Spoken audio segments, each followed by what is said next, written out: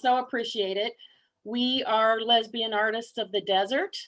We are a group of 35 and growing women artists who meet the second Sunday of every month for art talk and material sharing and problem solving and putting together shows.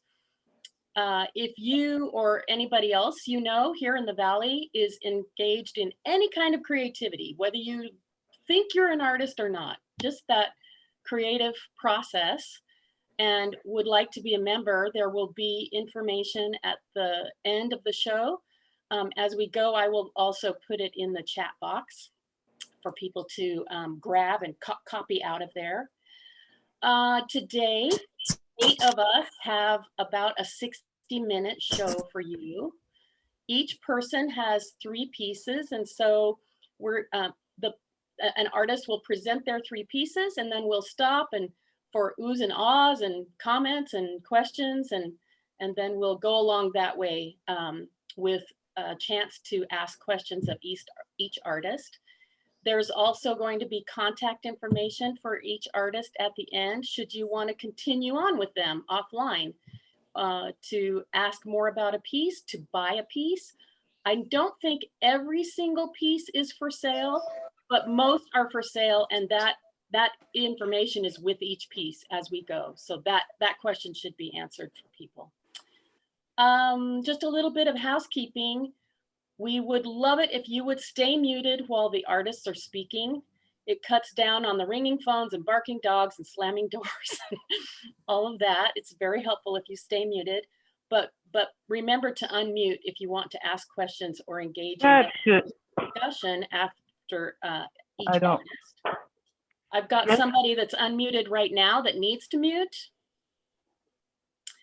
Also, if you're having video trouble, meaning if your video is freezing up or the audio is stuttering and that's persistent, it's not just once or twice quickly. If it's persistent for you, then turning off your video will help your system handle this meeting.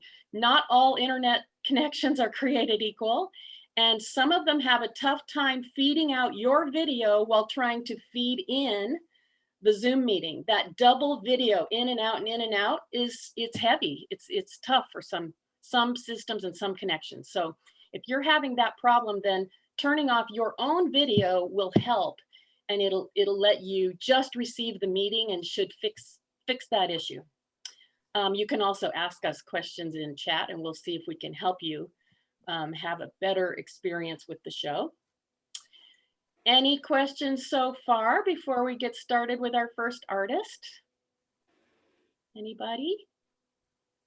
Got to come off. Yeah, Christine, for the chat, it looks like I'm only able to send a chat to the center or to you or Joan. Is there any way to do it for everyone, that we can send a chat to everyone? Okay, so you can allow everyone to chat, or it can be to the hosts only. Well, I think that one of the things, because we've had people muted, I think one of the things we've done is had people be able to submit comments through the chat. Well, yeah, Kim, let's try it. Let's open it up to everybody. And if we have any problems, we'll go back. Okay, it's open. Thank you. Anything else? Anybody? All right. Joan, we're ready to move to the first artist. And Susan, you're up, so be sure you're unmuted.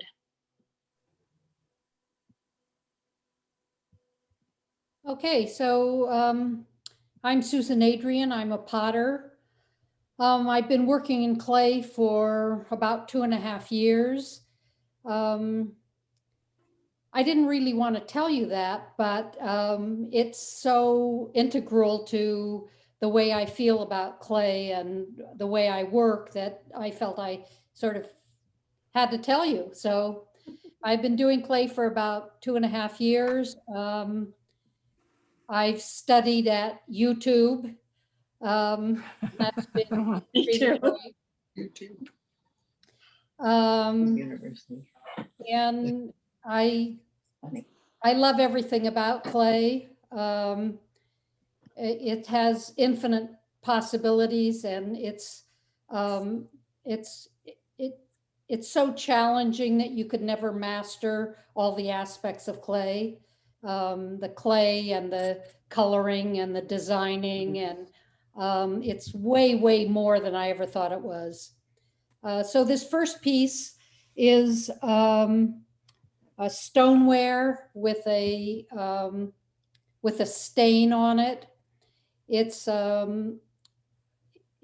made of just 3 pieces, and I was experimenting. I'm always experimenting, so I never make the same thing twice. I was experimenting with 2-sided objects that looked 4-sided. So this is a back and a front, and then I sort of pinched them together and then pushed and got a sort of a fuller space in there. And, you know, that's the sort of thing I like to do. And the line, the vertical line that runs down it is actually the handle. So there's one on the other side as well, slightly different shape, but it's where you hold the this little water jug if you want to pick it up and pour water. Nice. This is a 4-sided piece, actually. Again, made with a stoneware. And I'm trying to learn to integrate the shape and any kind of decoration or treatment to the surface. And so I was experimenting with just a little stick, a little square stick about that long. And I just held it at the top of the, this was actually when the piece was, that was just a piece of clay on my table. And I just worked the stick across it. And when I first looked at it, I thought, oh no, what was I thinking? I didn't do that wrong, didn't do that right. I didn't move the top of the stick. I only moved the bottom of the stick. And then I looked at it again and thought, well, that's not a bug, that's a feature. And so it's on that pot. And this is a piece made of porcelain. It's Lovely. a box. And it's the result of a trip to Noah Purfoy's up in Joshua Tree. And I was fascinated by his use of scraps of metal that were all rusted, and he sort of put them together in a collage. And I loved them. I loved everything about them. And so I came home and I thought, you know, I could do something like that in clay. And so I did. And that's it, except that his is rusty. And So beautiful. I haven't figured out how to make white clay look rusty. So It Neato. looks great. still white. It does look great. I love your shapes, Susan. Me Thanks. too. Anybody else?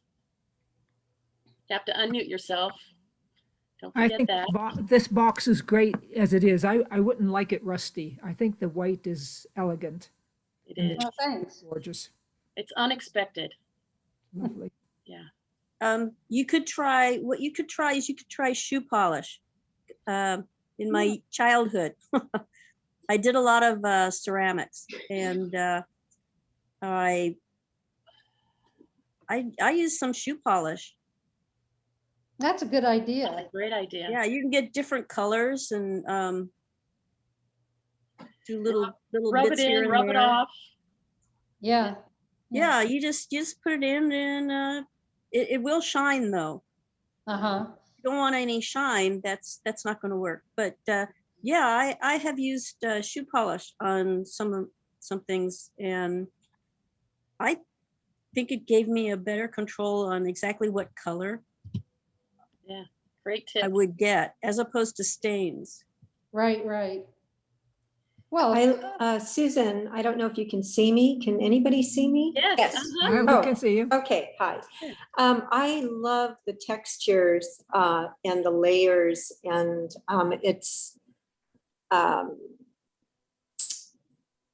it's just really amazing. thanks. The shapes.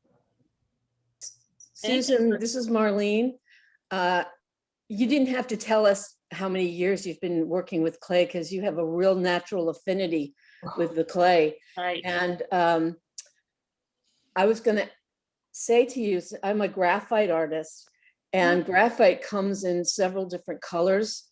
And I would imagine, now I've never tried it, but I would imagine there's a rust colored graphite.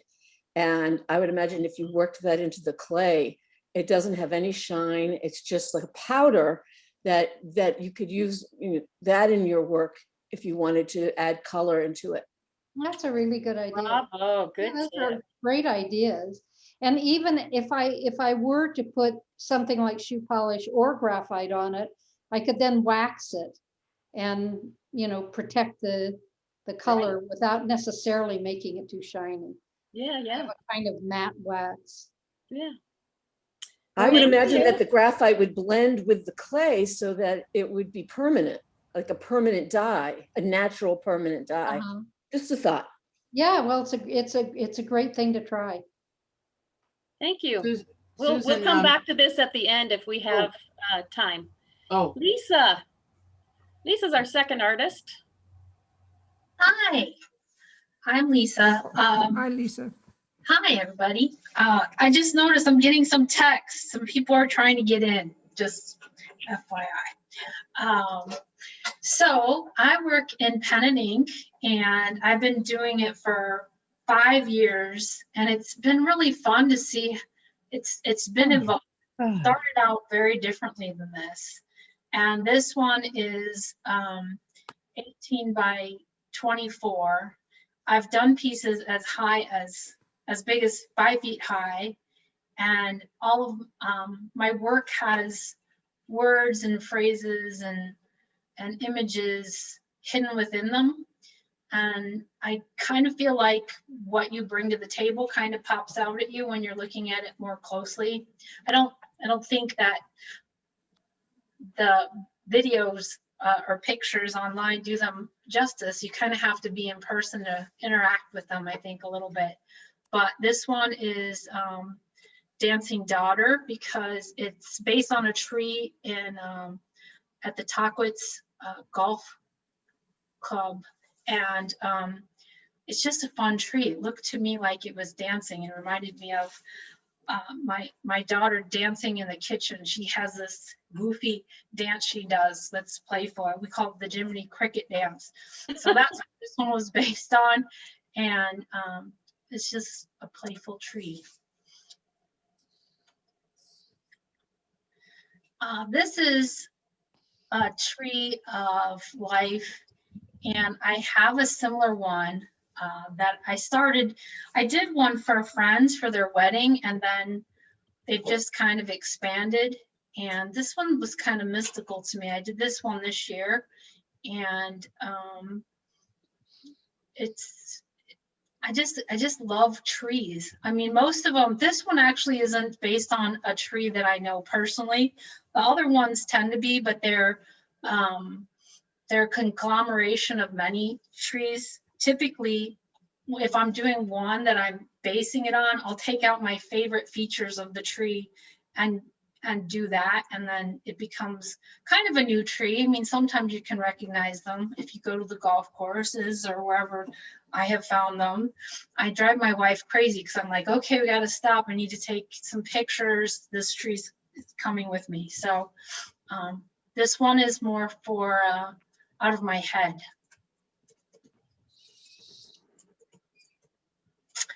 This one is one of the first ones that I did.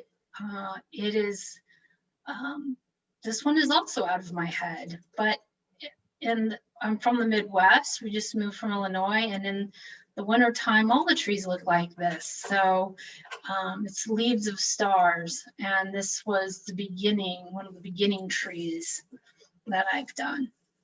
And all of my trees, go ahead, I'm sorry. Oh, go, Lisa. All of the trees,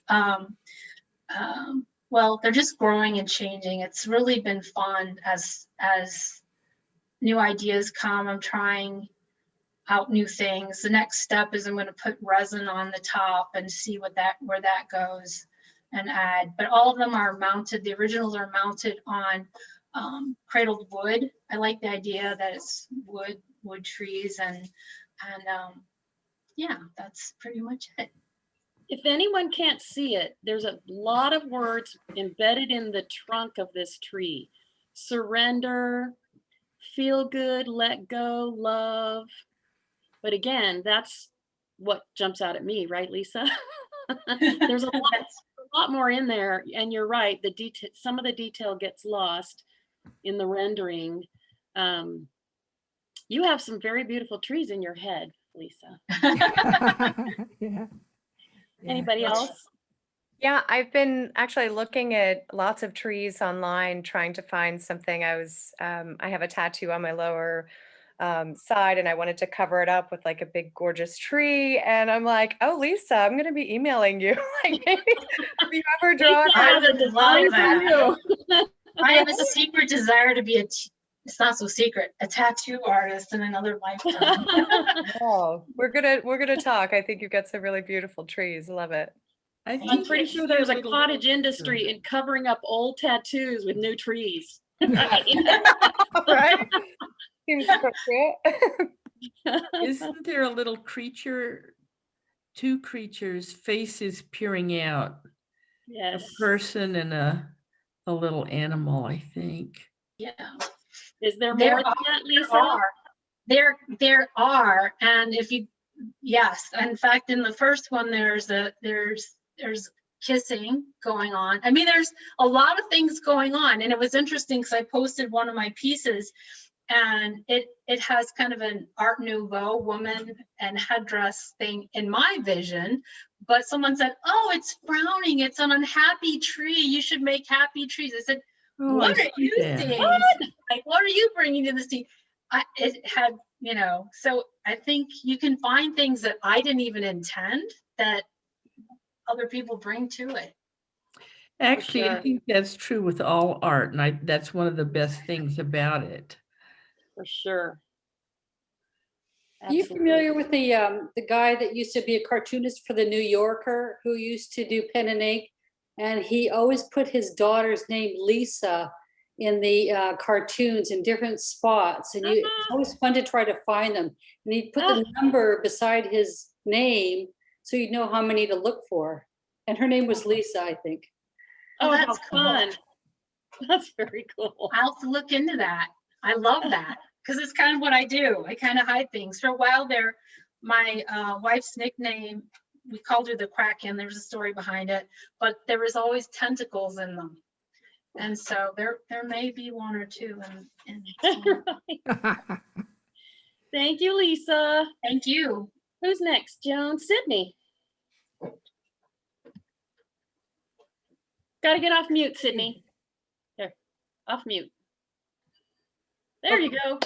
All right, so I work right now, I've been working for quite a while with plaster, a certain kind of plaster, and it's called hydrocal. It's not just regular plaster, it's a very hard white plaster. And I use color, I color it and I embed it, I do different things with it. So this one is, it's got acrylic paint in it and I scratch in it, I can carve in it and that sort of thing. So I change my imagery quite a bit. And I did change the size also. So the whole thing, I pour it also. So it's not, sometimes it's just straight plaster. Other times I put it on top of something.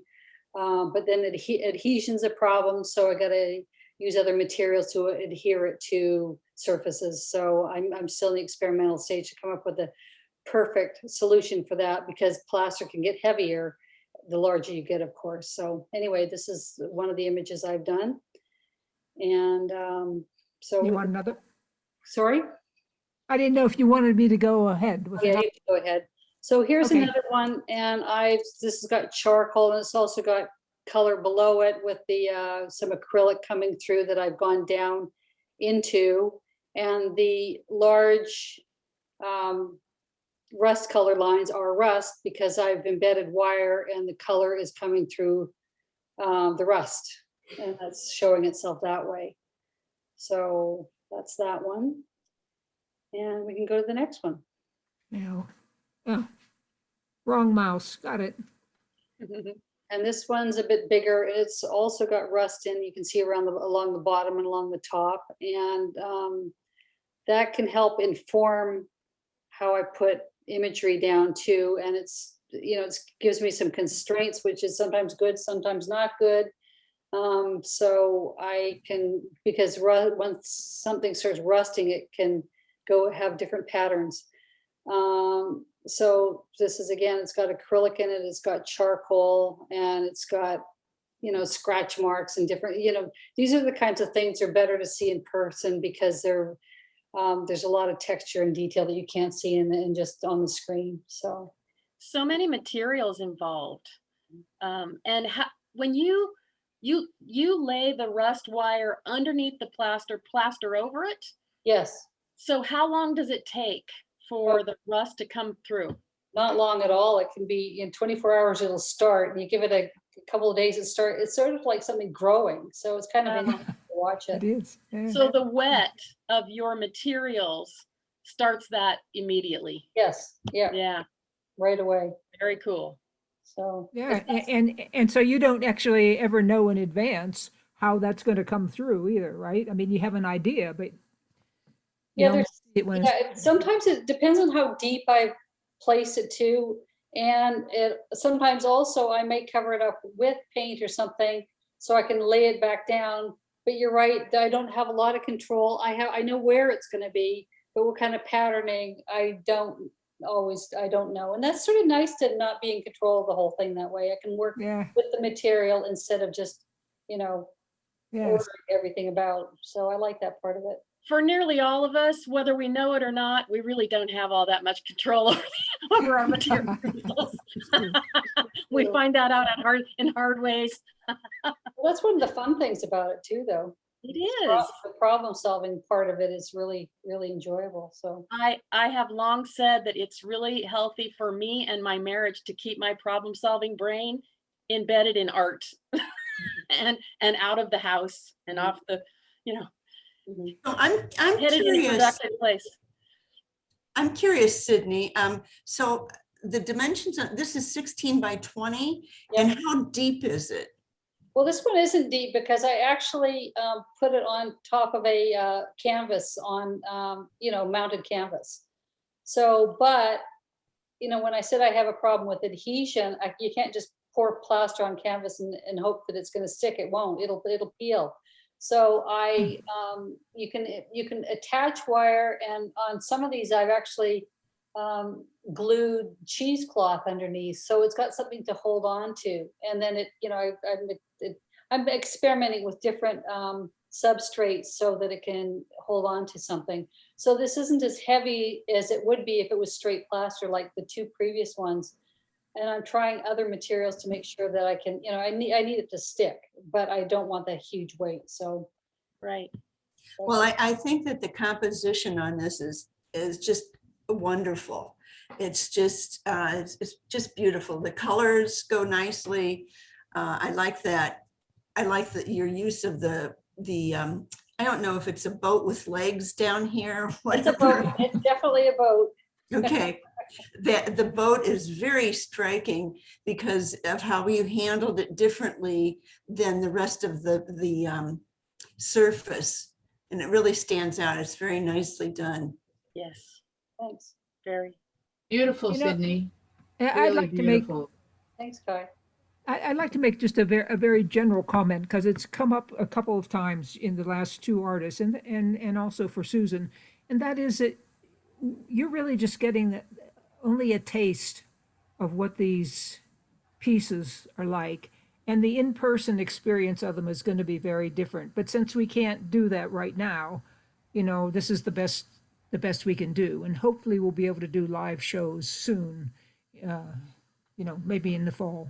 Yes.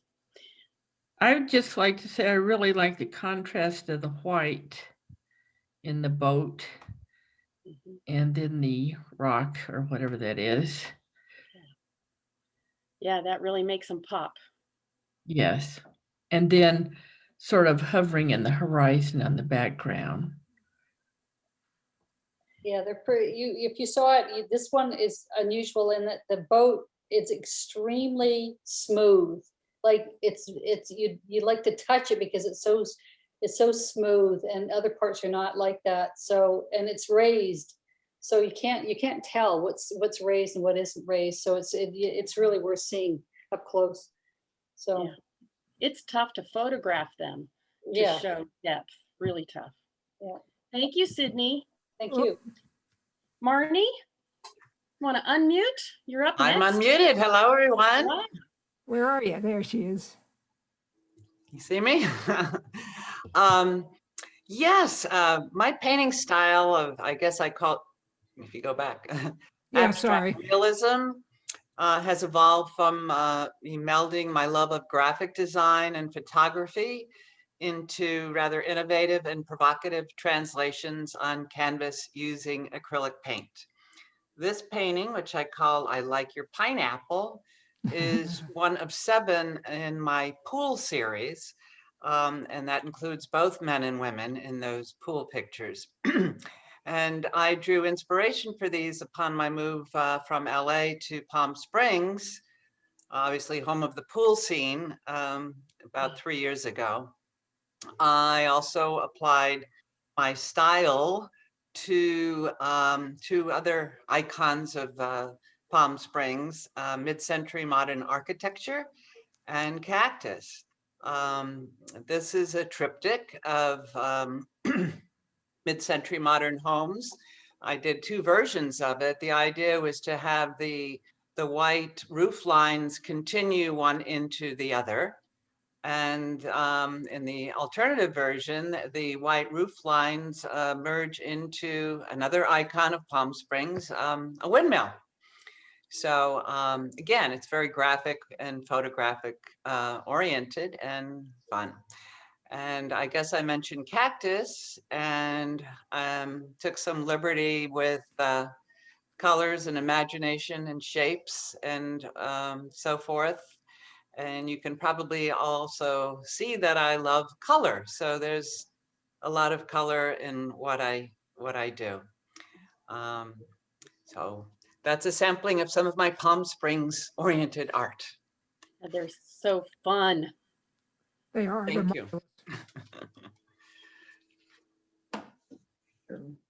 Anybody else need to get off mute to make a comment? Well, I just wanted to say I love the heart cactus. It's just one single heart. And I don't know if everyone noticed that, but it's very special. So Yes, yes. nice. And I thought the, I was going to ask if if your style has changed significantly in your move to Palm Springs. Well, I suppose it has, because prior to moving to Palm Springs, I really wasn't painting very much. So all of this is new. I came from a career in advertising and design, etc., and some photography. So it has evolved since being in Palm Springs, and a lot of the art is Palm Springs oriented. Yeah. I love the colors in the cactus. That would just look wonderful on somebody's wall. And I also your triptychs were kind of David Hockney like, and I've always liked that. I love that line that continues through the triptych, Marnie. That is Yes. just so effective. Yeah. Yeah. And these are pretty big. You understand how that draws your eye. Well, they're each 24 by 36. And it came to me one night in a dream. And I thought, oh, I have to line up the roof lines, because that's what makes all the mid-centuries, or many of them, so distinctive, is the roof lines. Yes. So. Fantastic. You know, Marnie, you also have this cactus one with different background colors, right? Well, yes, Joan, because you and I do a little Photoshop and we can change things if Yeah, we so want that, to.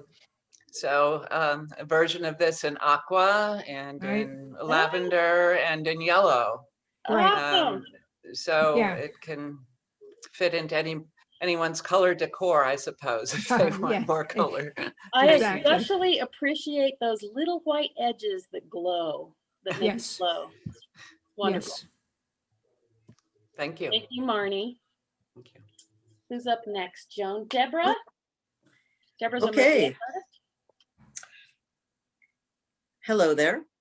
Hi, Deborah. Oh, yeah. Am I on? I can't You tell. are. We can hear Oh, you. fabulous. can hear Okay, you. sorry. So I do mosaic art. I've done it for 20 years since I moved to the desert. I've always wanted to do mosaics, but I was too busy making a living. And so when I retired out here, I decided to pursue it. And my personal style is usually more whimsical, but I have a variety of subject matter, everything from political to whatever strikes me. This particular piece is, I was getting into genealogy, and we're at the basket of all civilizations started in Africa, of course. So I did my mitochondrial Eve. And then for the background, I chose the kente fabric for the African motif. So that's what this piece represents, just my interest in genealogy at the time. This piece is the Scarab of Rebirth. This one was inspired by a friend of mine that was getting a new house, and she's totally into Egyptian everything. So I made this as a gift for her. And I really enjoy doing it because I just kind of blinged it up a lot, and it really looks great in her bedroom. So there you go. And this piece I created for actually Gail and Lucy's jazz festival last year. Well, not the COVID year, the year before. They had the art show, and I was planning ahead to do a few jazz pieces. Then COVID struck, so now she's still with me. But I really enjoyed it. I made several of the jazz pieces, but I also, since I've been doing this for 20 years, I've also taught several people beginning mosaic. So I do teach on the side in my little studio. And I don't know, I think that's it. I like the variety of size of pieces and the monochrome of this piece. It's all just very effective. Oh, thanks. I appreciate it. Yeah. Down to the wire of the microphone. Try to have a little bit of movement in there, you know? Yes. Well, I think it shows a lot of emotion and movement. Great. Agreed. And my, you know, I guess I achieved what I was trying to achieve. So that's a good thing. Thanks, Ruth Deborah. I think they're magical. And one thing I can't ever figure out about mosaic art is how you get the pieces to fit. It's like, well, it's like a puzzle. It is. It's kind of like a jigsaw puzzle, but you don't have to put it back in the box, which is the cool part. And leave it So when out. you're done, you actually have something you can, you know, either sell or enjoy instead of throwing it in a box. Seriously, how do you make the pieces line up so perfectly to have even lines in between? I don't know, I guess. I'm just a mosaic savant. I have no clue. I haven't thought about it, but you know, hey, come take beginning mosaic and you know, you too can do this. It is nice that they don't have to be flush, you know, and fit just perfectly. Right. And you know, got that you vary, spacing. I think in certain pieces you vary the grout lines, you know, depending on the piece too. I mean, the grout lines are just as important. Like in music, you have notes, but the space between the notes. So the grout lines are just as important to convey whatever you're trying to get across. Yeah. Deborah, I think you're being very modest because I've worked in glass and mosaic and it is difficult. And you make such beautiful, you make it look easy. All of your pieces fit together so beautifully. I was looking at your scarab, it is flawless. So you make, you make it look easy, but I know how difficult it is. Even, you know, you say the grout lines make it easier, but It ain't Yeah. easy. No, it's not easy, but it's good when it's done. And you get This through is a piece with beautiful. no This is Band-Aids. mastery. Thank you for sharing. Well, thank you for that. I appreciate it. If you have a class, in the fall, would you let Lisa know when? So I can Oh, come. sure. I do private lessons anytime. Just Oh, contact okay, me. super. I do Thank you. one-on-one. I'll do 2-on-1 or whatever. I used to have a bigger studio where I would do 6 or 8 people, but now I prefer the, 1 or 2. And Thank you Deborah, so you may much. also want to let people know about your upcoming sale. with Oh, well, Gwendolyn. yes, quickly, May 1st. This is just like a little commercial, I guess. May 1st, Gwendolyn and I, she's a glass artist and I'm mosaic, are going to do a little driveway show. We both live in the same park, so people can come by and just look on our driveways and see our art in person. Deborah, would you please put the info for that show in the chat box so that people I'll give it a try. Okay. I might do mosaic, but technically I'm challenged. Well, if Gwendolyn is on, Gwendolyn can do it, right? Yes, Gwendolyn will do it. She's over here. She just doesn't want to be seen. Perfect. Okay. Yeah, that's important. Thank you, guys. Thank you. Marlene. Hello. Okay, I have to have the glasses, so you're going to see blue spots in front of my eyes. Sorry. Understand.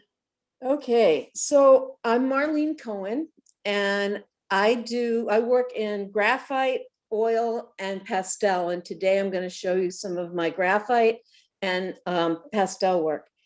So graphite, how you create paintings or pictures in graphite is graphite comes in powder, and you put the powder on the paper, and then you erase away a picture.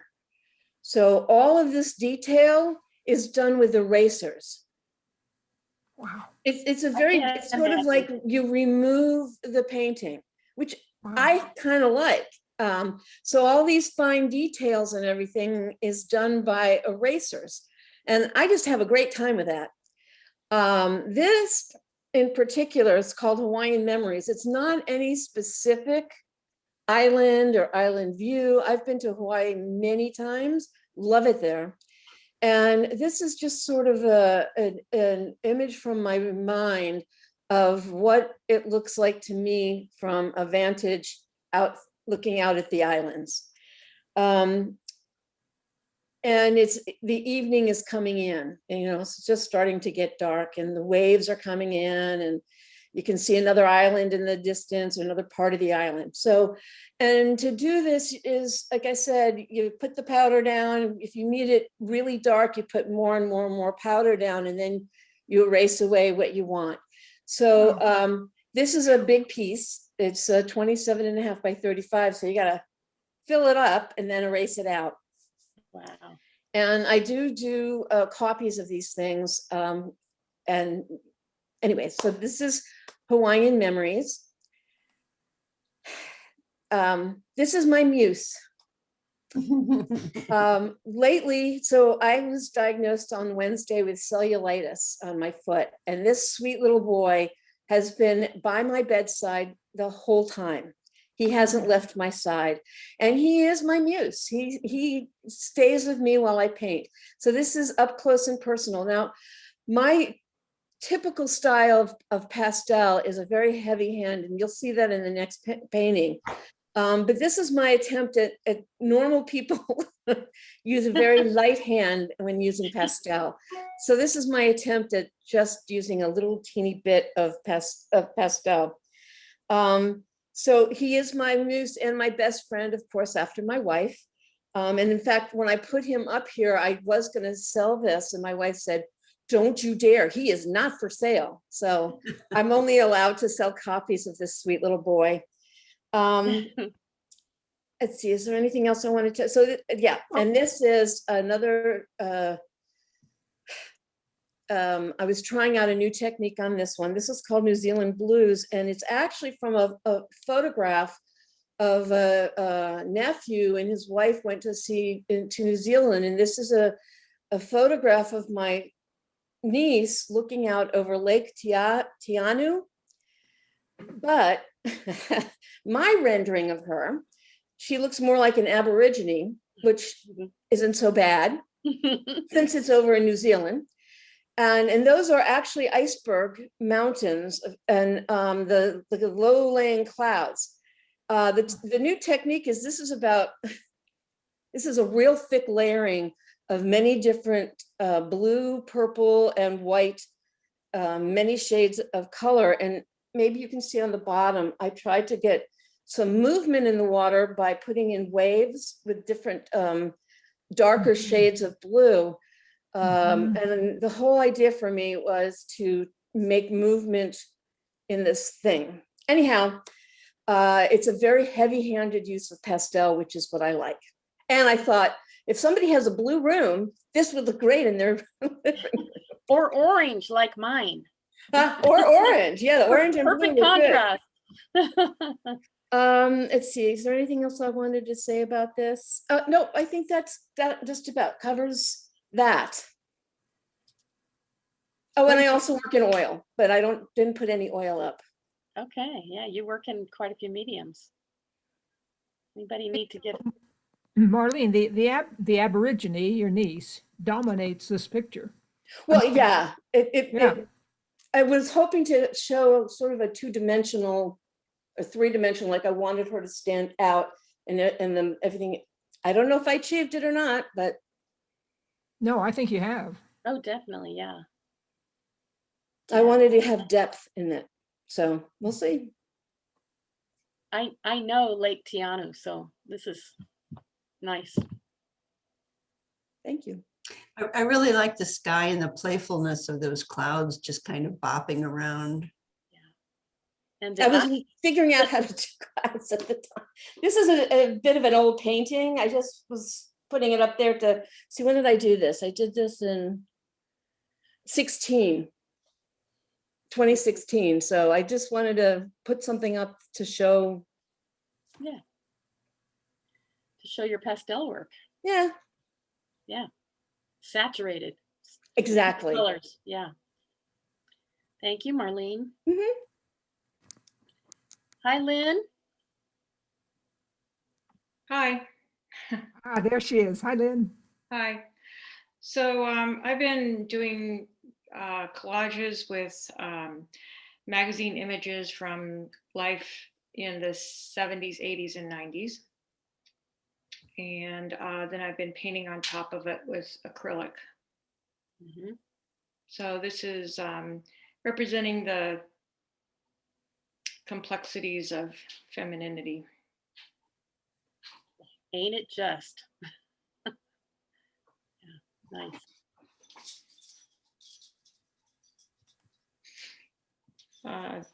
This one represents the Berlin Wall, and there is images of the wall when it was up, and kind of has the duality of the East and West. The neon more the West, and kind of the darker components from the East. So, Lynn, can you speak to the origins of some of the material that's in this collage? Well, they're all the magazine images.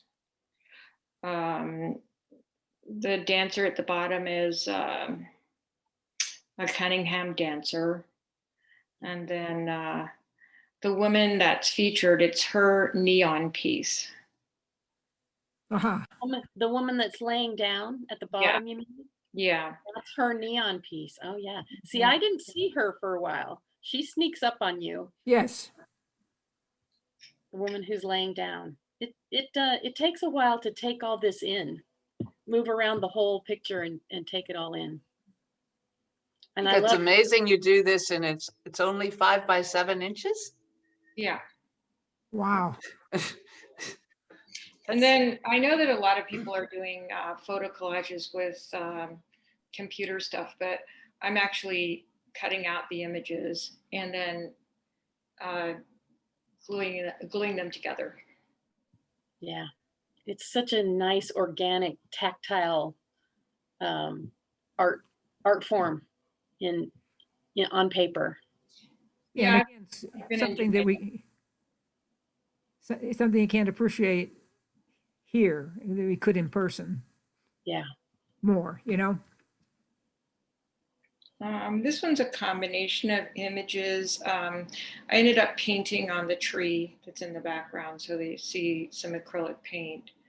And then just kind of the gears and the woman just kind of went together.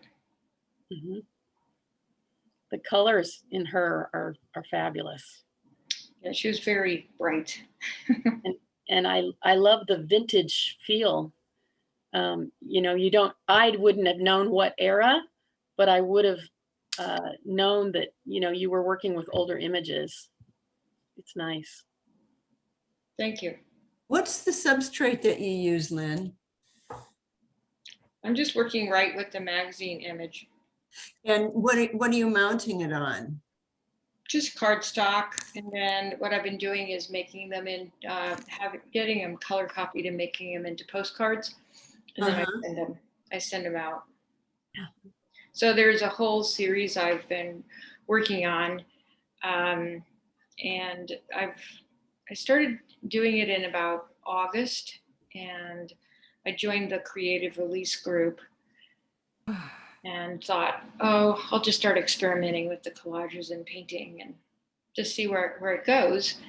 And I've been having a great time. So Would you like to talk a little bit about the creative release group for those people who aren't familiar with it? Sure. I found it on Meetup, and the woman who's formed it, Michelle Hedgecock, she presented to this group as well.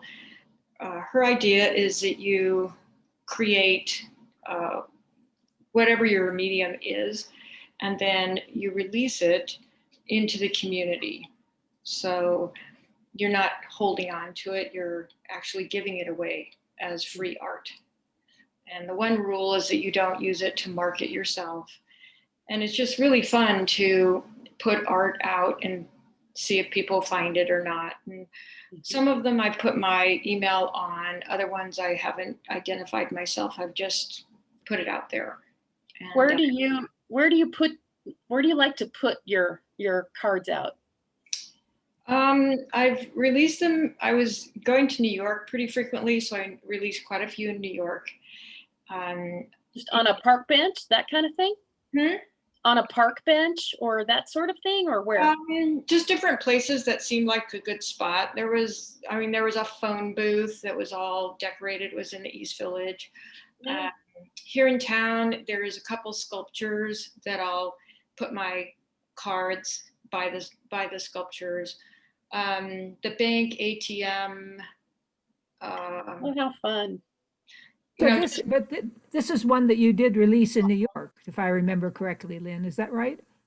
No, I actually haven't released this one yet. Oh, okay.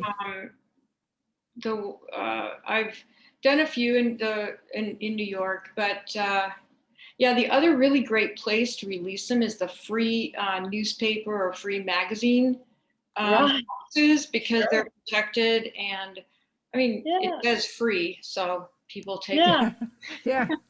I know that Michelle she makes little creatures and things out of trash materials, upcycles them into little sculptures, and she'll put one in a baggie and tack it to the trailhead of, you know, her favorite trails, just to give it away.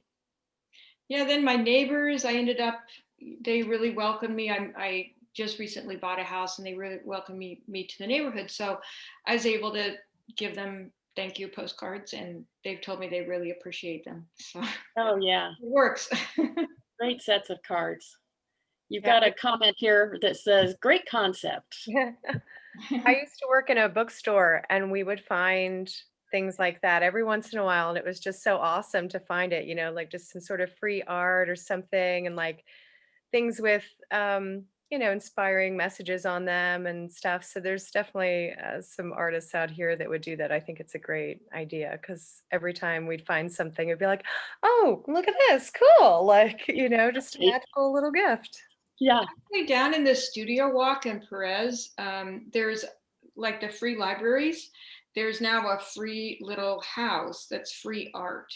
And so you can take or put in art. Oh, how fun.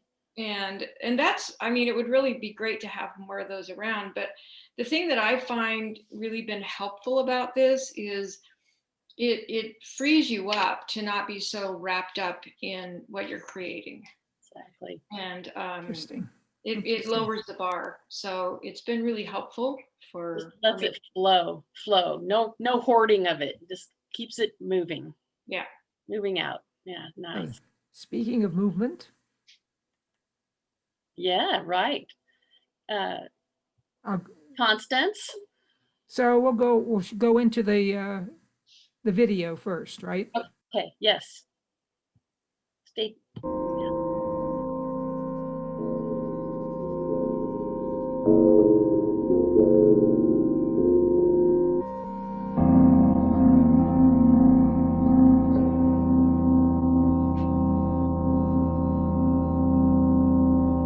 So Joan, you probably want to mute. No, this is the audio with the video.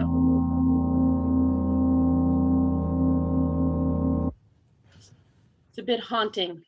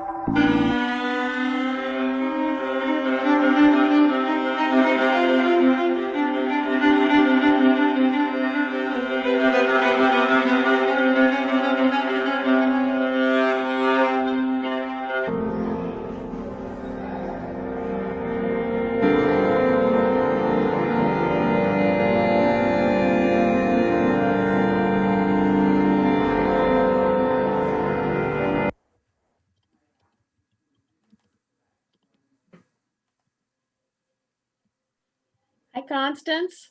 Whoa. Will you tell us about this video, please? Yeah, so this video was made right at the beginning of the pandemic last year when we couldn't perform live. So we all did the same movements that we had been practicing. We did it and shot it on our iPhones in our various places and sent it to our video editor, Jamie Grace, who is right here behind me. And she did the amazing video with the layering and with the sound. We bought some music from composer who composed this music. It's called Pandemic Journal. And the actual piece is 5 minutes. We had to cut it to show you guys, but yeah. So we're actually all together right now in Warner Springs shooting another piece that we'll be performing live on May 2nd. And I put the info in the chat. So, Awesome.